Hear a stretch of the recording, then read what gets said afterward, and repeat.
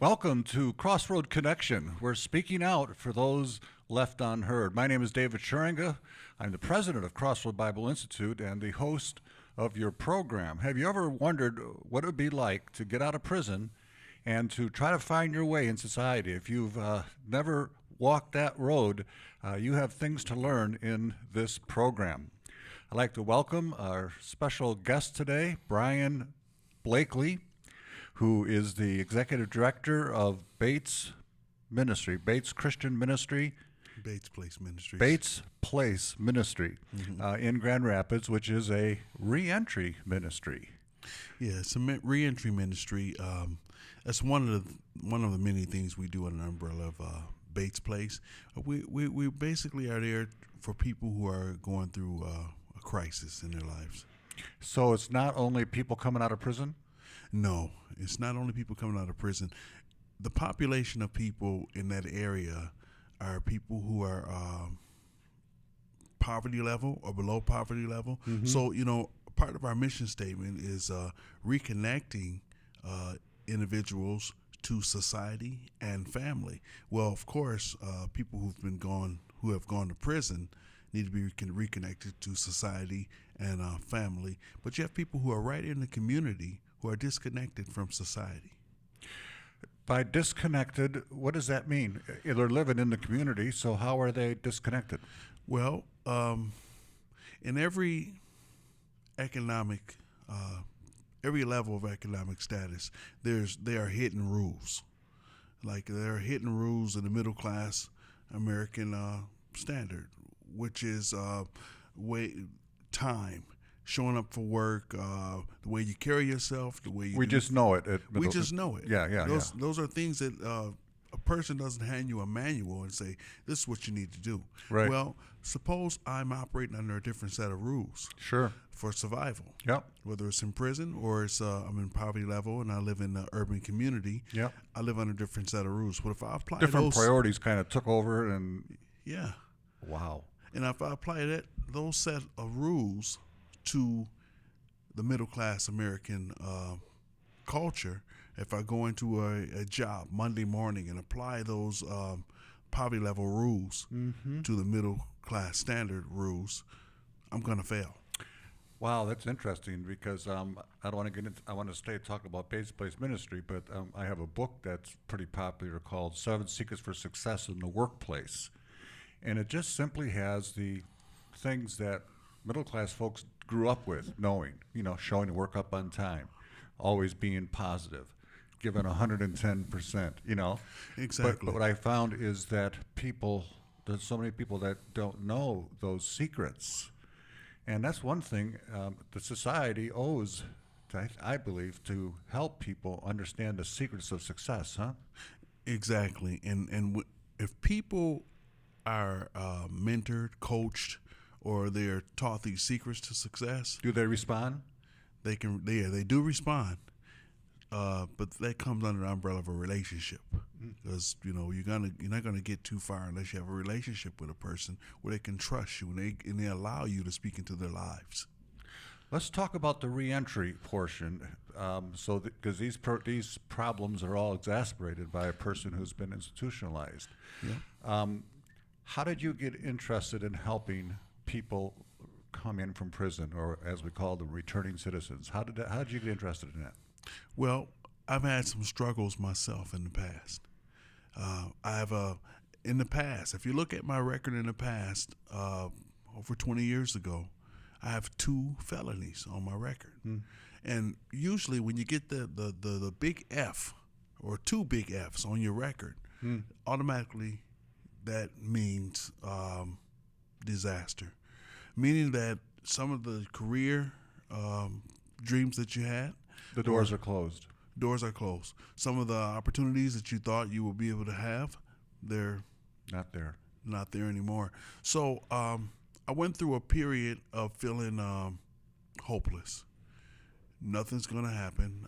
As a matter of fact, I tell people this quite a bit. I really seriously thought about taking my money and investing into a shovel, so I can go to the hardware, get a good shovel, one of those shovels that have a lifetime guarantee. 'Cause I'll be shoveling crap for the rest of my life.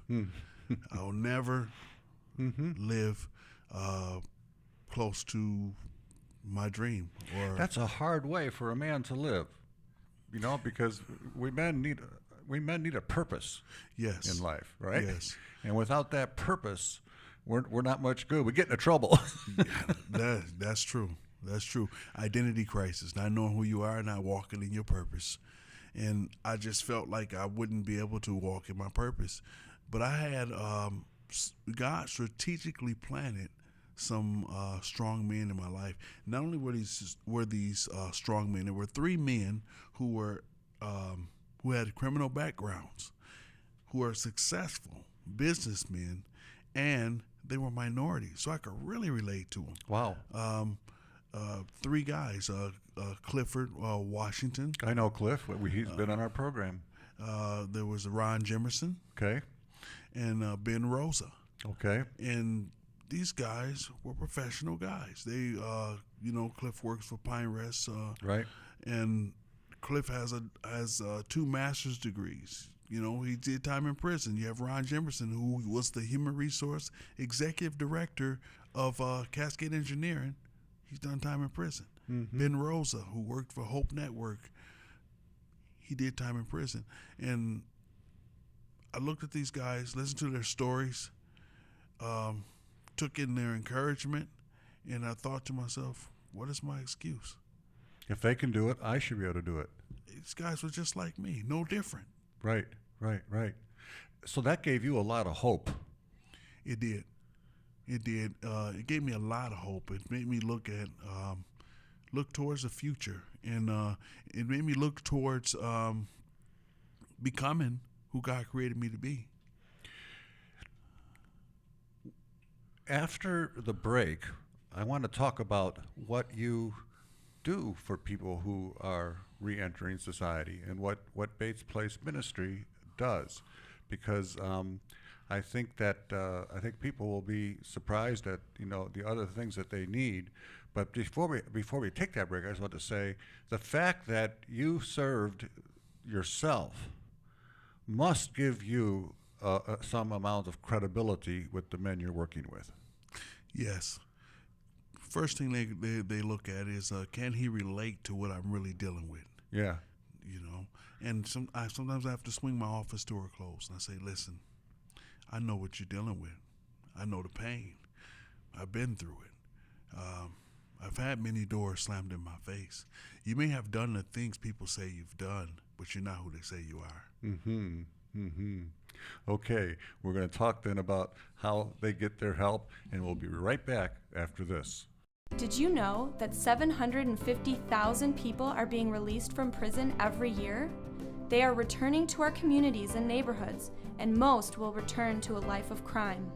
However, if they get into God's Word during incarceration, these people are more likely to return home as productive citizens. You can help by correcting their Bible study lessons in CBI's Safe and Secure Distance Learning Program.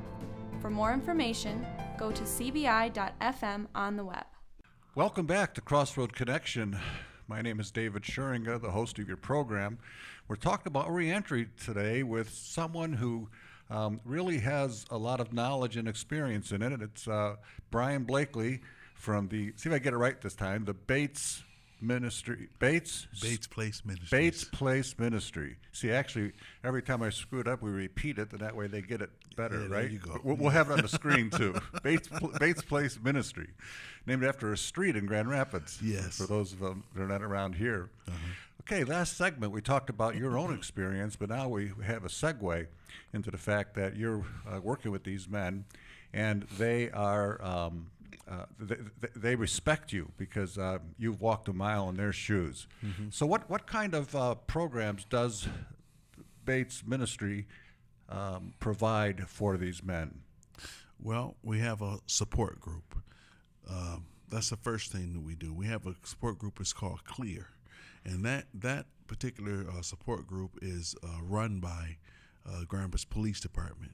What does CLEAR stand for? Oh, CLEAR stands for Coalition, Leadership, Education, Advice, and Rehabilitation. Okay, and it's run by the police? the police department. It's a partnership with the police department. Wow. It's under their it's called a mentoring grant.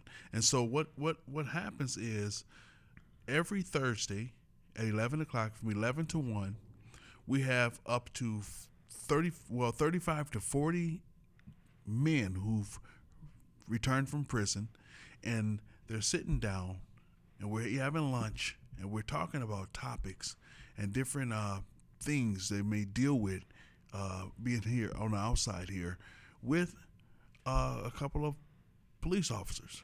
Now, some of these guys maybe have jobs, some of them don't yet, some have been out for a while, some have just gotten out, that sort Yeah. of variety. All stages. And But we it's have, yeah. topics of concern for them. Yeah. With the police. With Now, the That's police. an interesting dynamic. You got the man there. Yeah. And one of the things that we hear from the guys is, I never thought I'd be sitting down eating lunch with the police. Right. You know? Yeah. In fact, I've done some writing on this from my own experience because I was at a conference in Memphis, Tennessee, and it just so happens I was the only white pastor there. All the rest were African American, and I realized, Brian, something for the first time.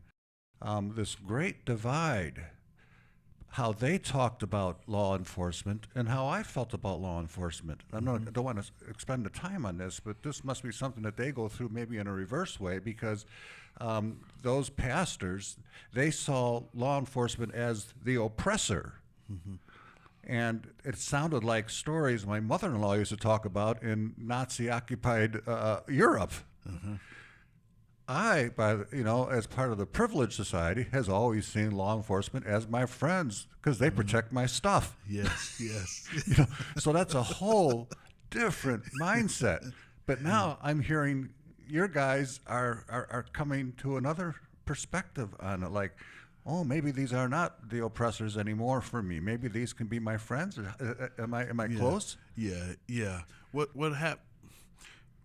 One of the things that guys, this is one of the ways guys look at law enforcement automatically.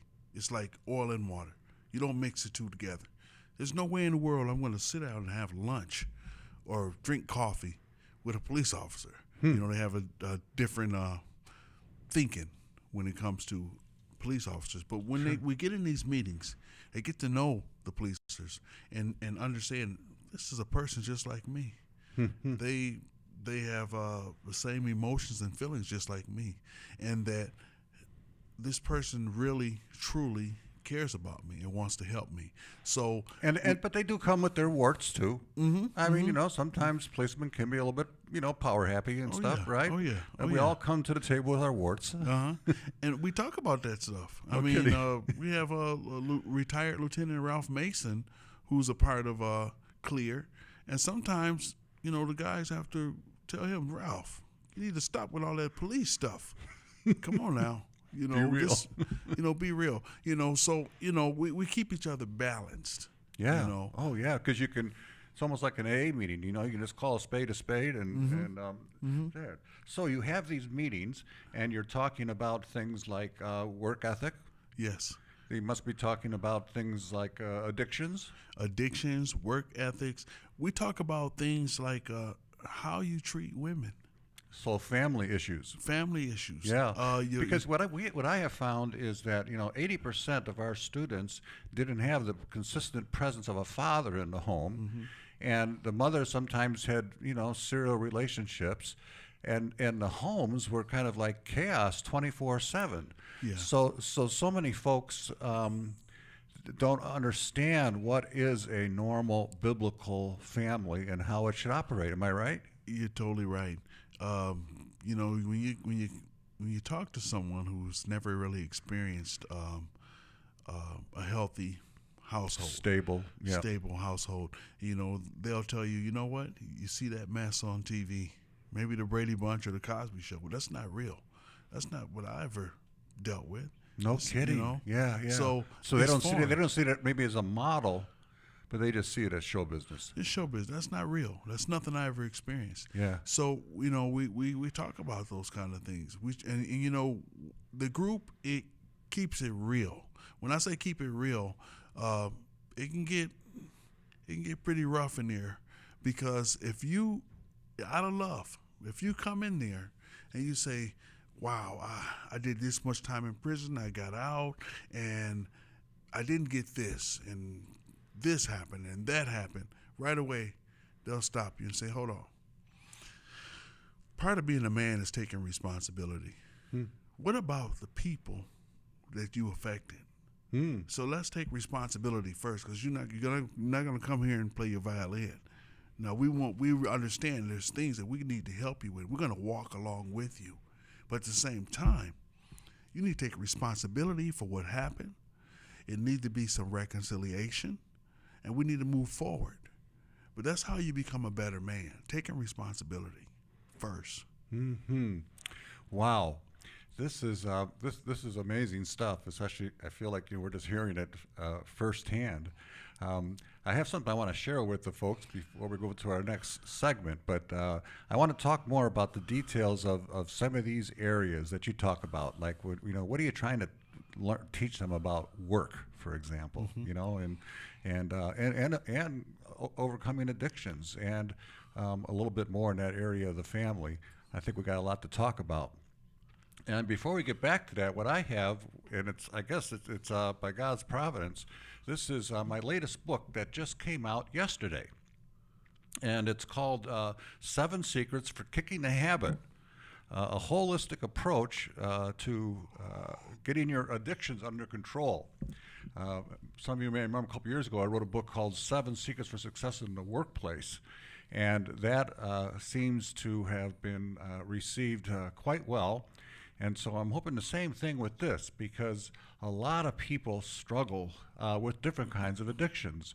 I think something like 80% of people in prison probably have some kind of addiction, or the addiction was somehow connected with the crime that they committed and so forth.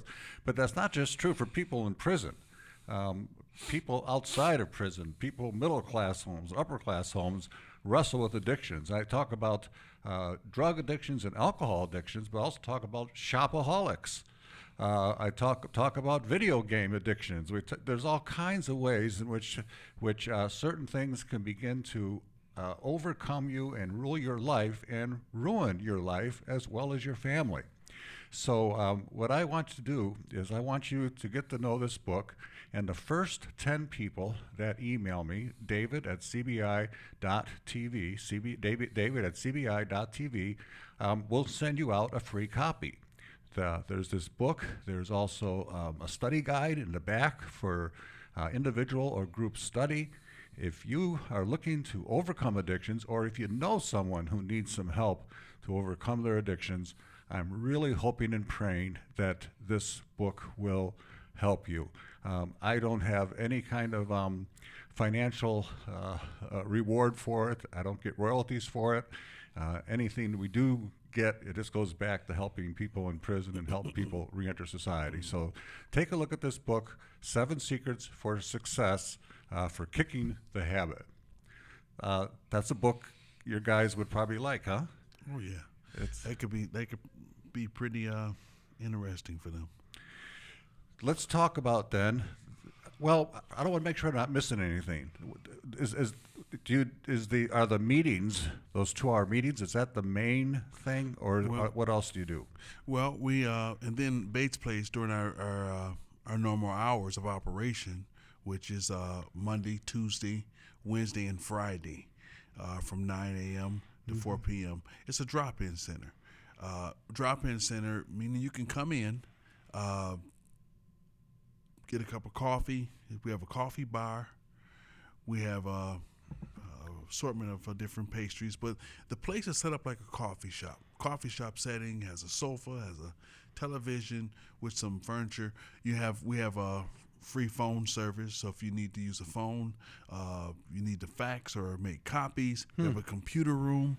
We are a Helps them apply for a job and stuff like that? Jobs. If you have to apply for DHS, assistance, we do all of that stuff online there. And when you come in, I don't have Bible scriptures on the wall or things like that. And I purposely do it because I want people to come in and see the pictures on the wall, see the setting, and say, man, I could fit in here. I want it to be a welcoming, comfortable, non-threatening atmosphere.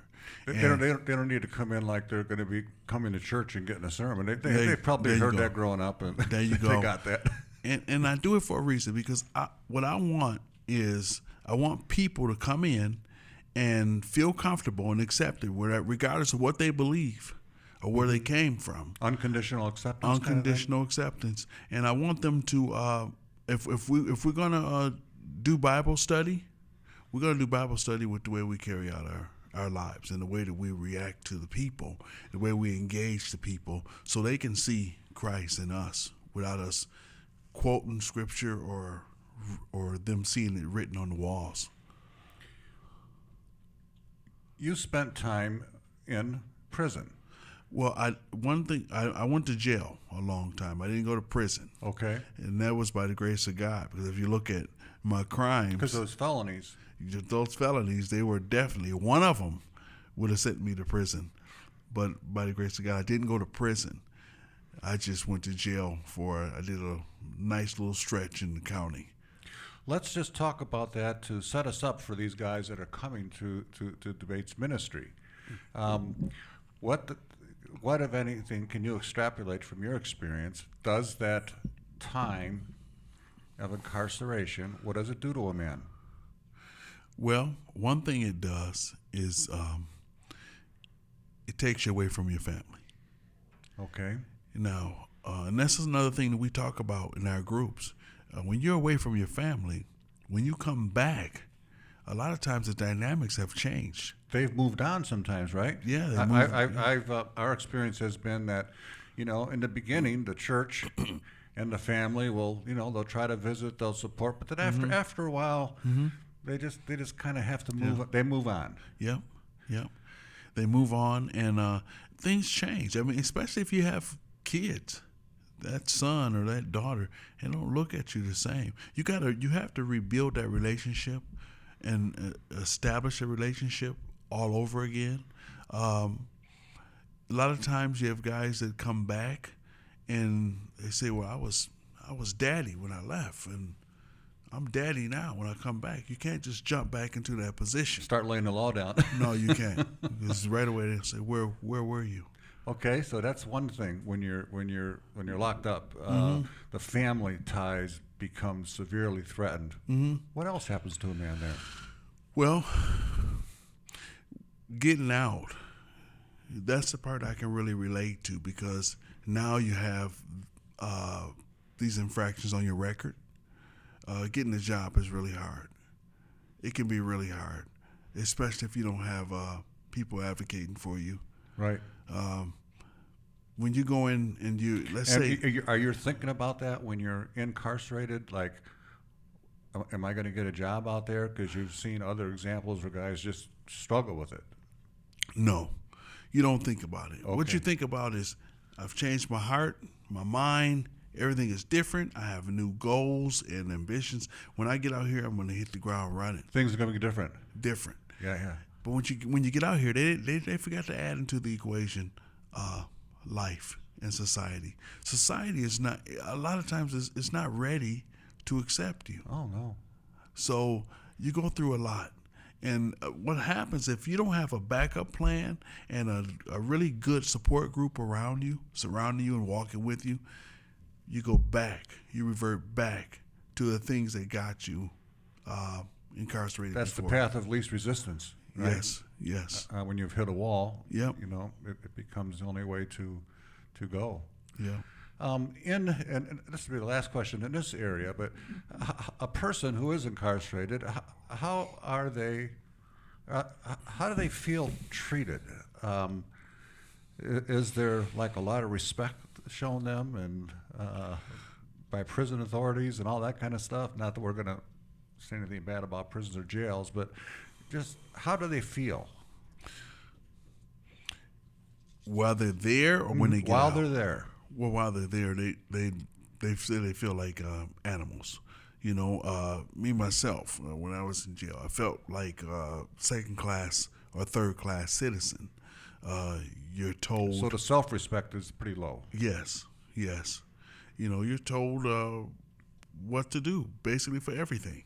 You know, I mean, simple things like getting up and going to your own refrigerator or turning the channels on your television.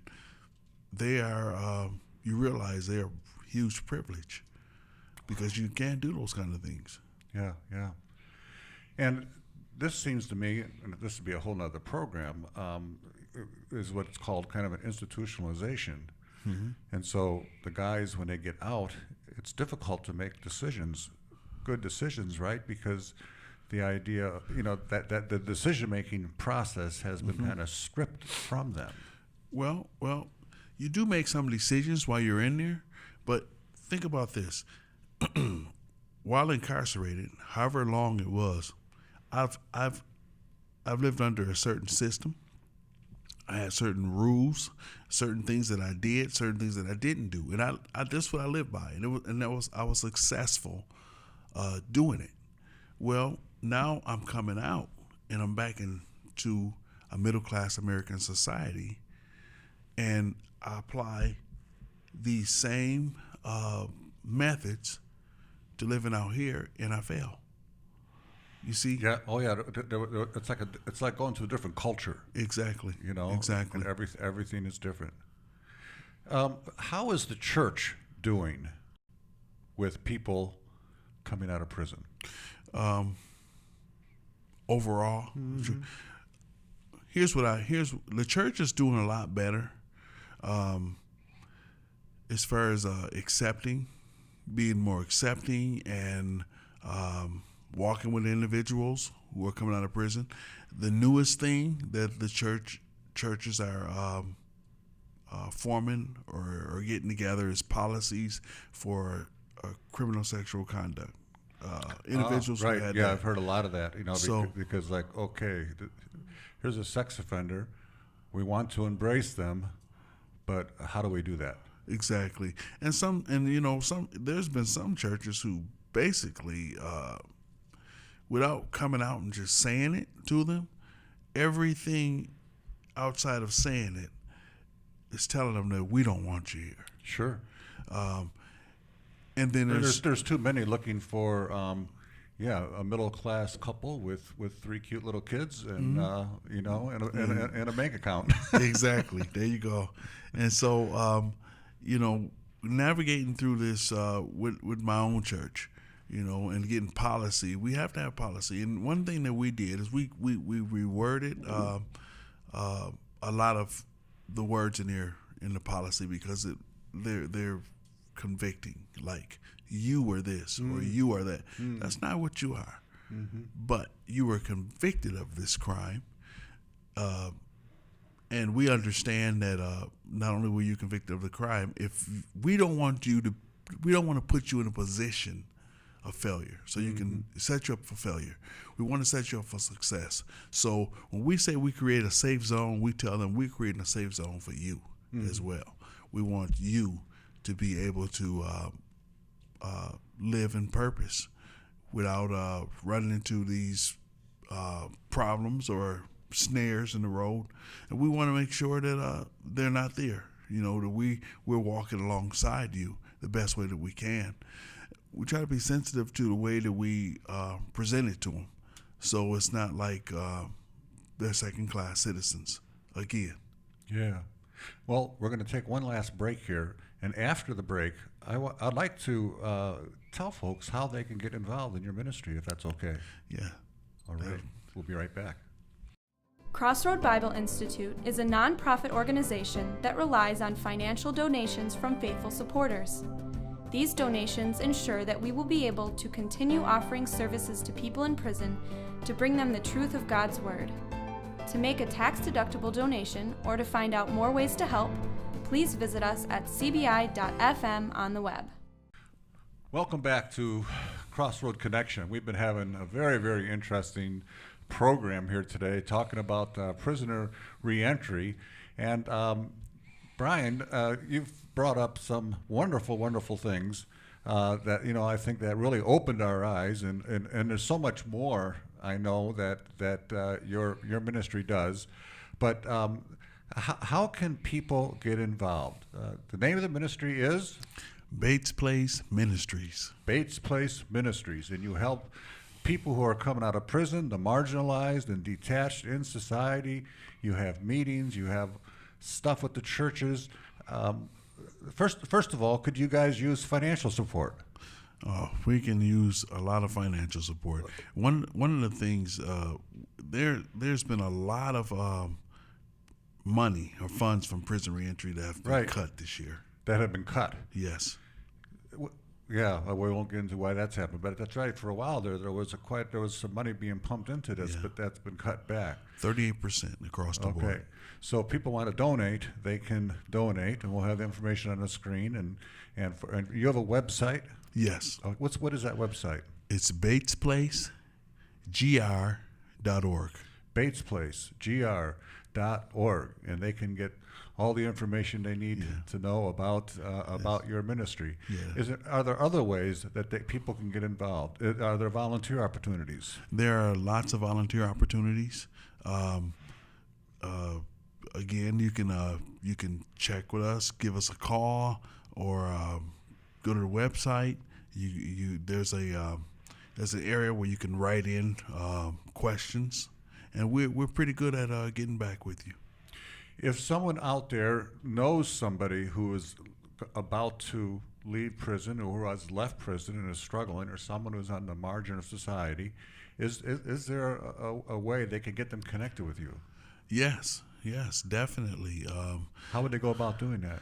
Well, our phone number is area code 616-241-2283. That's 241-2283, and that's our Bates Place. That's our general number. So they can call and say, "Hey, I got a friend Bob here. He needs help," and you guys will take it from there. We'll take it from there. Yeah. And how can churches get involved? Well, churches can get involved by there's numerous ways that churches can get involved. Actually, definitely we can use more funding and take an offering. We can also use some volunteers. We can always do that. Yeah. We're always looking for ways that we can better complete the job that God has placed in front of us. And of course, as we close, as you and I know, when people get involved with this kind of ministry, it's actually they are the ones that get changed, aren't they? Yes. We look to change others probably, but it's us who. I always say our mission is to help to change prisoners, but my secret mission is to change the church. There you go. I know I just let out the secret. Don't tell anybody, folks. Brian, thank you so much for being here. Thank you for having me. I forgot to mention we have here in the studio with you too your lovely wife Teresa and your daughter, and so they've been looking on and watching. And I just want to thank you so much for the work that you're doing to expand God's kingdom and to help people and speak out for those who need help, but also the way in which you are building up the church by making them aware of these issues and getting them involved, because that's what God put us on this planet for. Yeah. God bless you, my friend. Thank you for being with us today on Crossroad Connection. It's been a great program. Hope you enjoyed it, and I hope you'll be here again next week.